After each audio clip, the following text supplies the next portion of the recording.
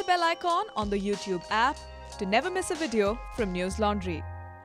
हमारे देश का दुर्भाग्य ये है मैडम, जो पॉलिसी बनाते हैं किसानों के लिए, जो ये एमएसपी तय करते हैं, उनकी 4-5 जनरेशन फील्ड से दूर जा चुकी है।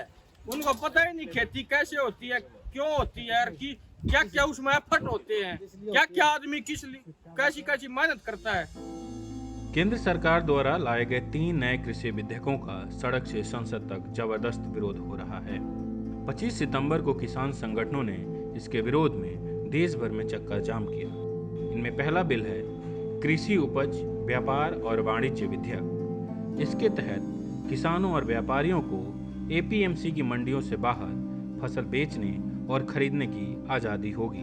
दूसरे बिल का नाम है कृषि कीमत आश्वासन और कृषि सेवा पर करार विधेयक। यह किसानों को कॉन्ट्रैक्ट फार्मिंग में आने के लिए एक ढांचा मुहैया कराएगा। वहीं तीसरा बिल आवश्यक वस्तु संशोधन विधेयक है, जिसमें अनाज, दाल, तिलहन, खाद्य तेल, प्याज और आलू को आवश्यक वस्तुओं की सूची से हटा दिया गया है।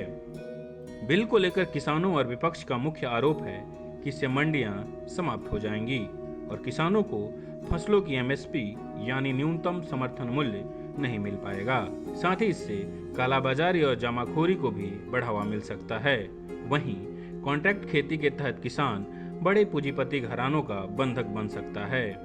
लेकिन क्या यह बिल वाकई मंडियों और किसानों को प्रभावित करेगा? यह जानने के लिए हमने हरियाणा की कुछ मंडियों का दौरा किया।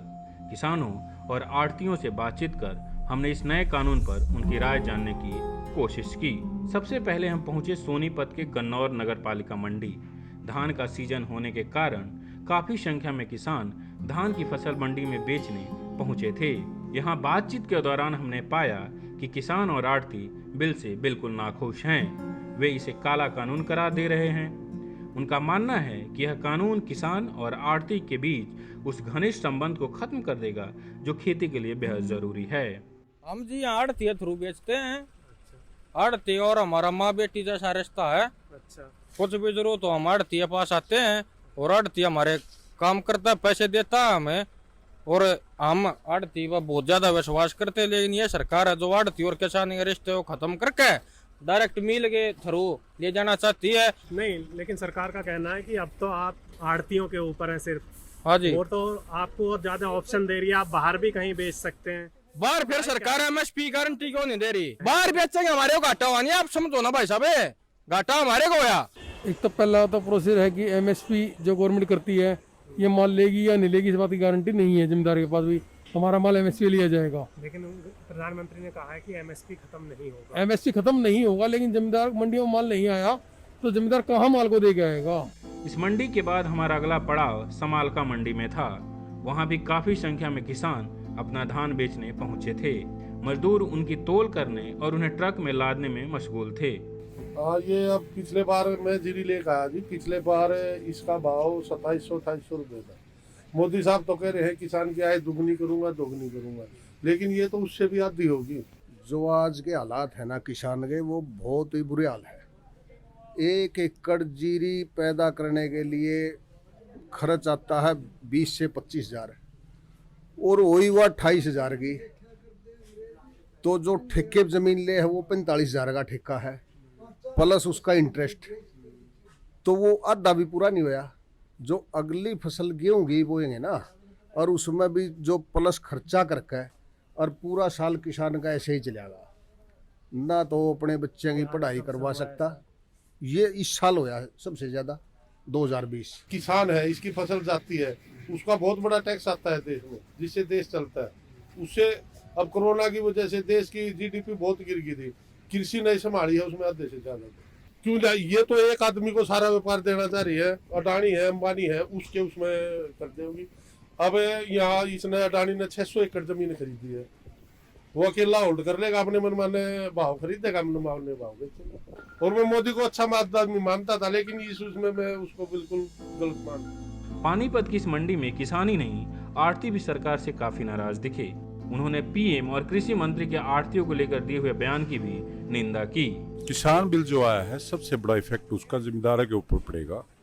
अभी आप पूरी मंडी को देखो एक बार, आज ये जो व्यवस्था हरियाणा गवर्नमेंट ने बनाई है पिछले 50 सालों में, एक सरकार ने की, पूरे पंजाब में और पूरे हरियाणा में एक बिल्डिंगें बनी हैं, टोटल आप मार्केट देखो घूम के, शेड बने हैं, हर चीज़ बनी है। वो इसलिए बनी है कि एक जमींदार यहाँ पे सामूहिक तौर पे इकट्ठे हों और अपना माल लेके आएँ। यहाँ पे 20, 30, 50 सभी व्यापारी हैं। अगर आप मेरा या जमींदार का एक से लगता है कि मेरा माल ठीक नहीं बिक रहा है, तो हम दूसरे व्यापारी को बुला के लेके आते हैं। कंपटीशन होता है यहाँ पे, बोली करवा देते हैं एक माल के ऊपर 50 आदमी खड़े हैं यहाँ पे लेने वाले, वो अपना रेट लगाते हैं। अगर आप ओपन मार्केट में, जैसे इन्होंने बिल के माध्यम से किया है कि हम जमींदार को बाहर से माल वहाँ पे तेज बिकेगा, कैसे तेज बिकेगा? बाहर खरीदार एक बंदा है, जमींदार माल लेके जाएगा कहाँ पे? एक तो है ये जो कि बाहर माल बिकेगा उसके ऊपर कोई मार्केट फीस नहीं, कोई खर्चा नहीं, और एक पैन कार्ड वाला, एक पैन कार्ड जिसका भी होगा, रक्षा वाले पैन कार्ड रखता है आज, वो जाके 2 करोड़ का माल खरीदे, 3 करोड़ का माल खरीदे, 10 करोड़ का माल खरीदे, 50 करोड़ का माल खरीदे, वो किसान को बहला फुसला के माल खरीद लाएगा। और माल खरीदने के बाद उसकी कोई एमएसपी की और क्या नाम उसकी पेमेंट की सरकार की तरफ से कोई गारंटी नहीं। और मैं मोदी जी से अनुरोध करता हूं, कम से कम मोदी जी थोड़ा बहुत इन किसानों का नहीं, मजदूरों की तरफ और ये व्यापारी की तरफ लिखा लो। व्यापारियों ने वोट दे के आपको बनाया था, मजदूरों ने वोट दे के आपने बनाया था, किसानों को ने वोट दे के आपने बनाया था। कोई टीवी चैनल नहीं दिखाता इसको, ये सिर्फ एक मोदी नजर आता है। इन्होंने कोई टीवी चैनल बिल्कुल भी कुछ नहीं दिखा रहा आजकल। इस देश में पहली बार राफेल आएगा, 5 दिन राफेल का चला। अरे इतने करोड़ किसान की कभी रैली किसी टीवी ने या किसी उसमें होती है क्या? कंगना वो उसके रिया के तो समैक पर टीवी आपके दिखा रहे हैं। बिल कहाँ, ये तो बिल्कुल विरोधी बिल है, किसी के भी फेवर का नहीं है। ये सिर्फ ध्यान डाइवर्ट करने के लिए, पब्लिक को ये करने के लिए। अरे असली तथ्य को बताओ ना लोगों के सामने। असली नजर आ रही जमीन ना को जमींदारों की लास्ट में कुछ नहीं बचेगा। नए किसान बिल को लेकर सरकार भले ही लाख दावे करे कि यह किसानों के हित में है, लेकिन ग्राउंड पर बातचीत के दौरान हमने पाया कि किसान इसे लेकर ना सिर्फ ज़बरदस्त असमंजस में हैं, बल्कि इसके वे खिलाफ भी हैं।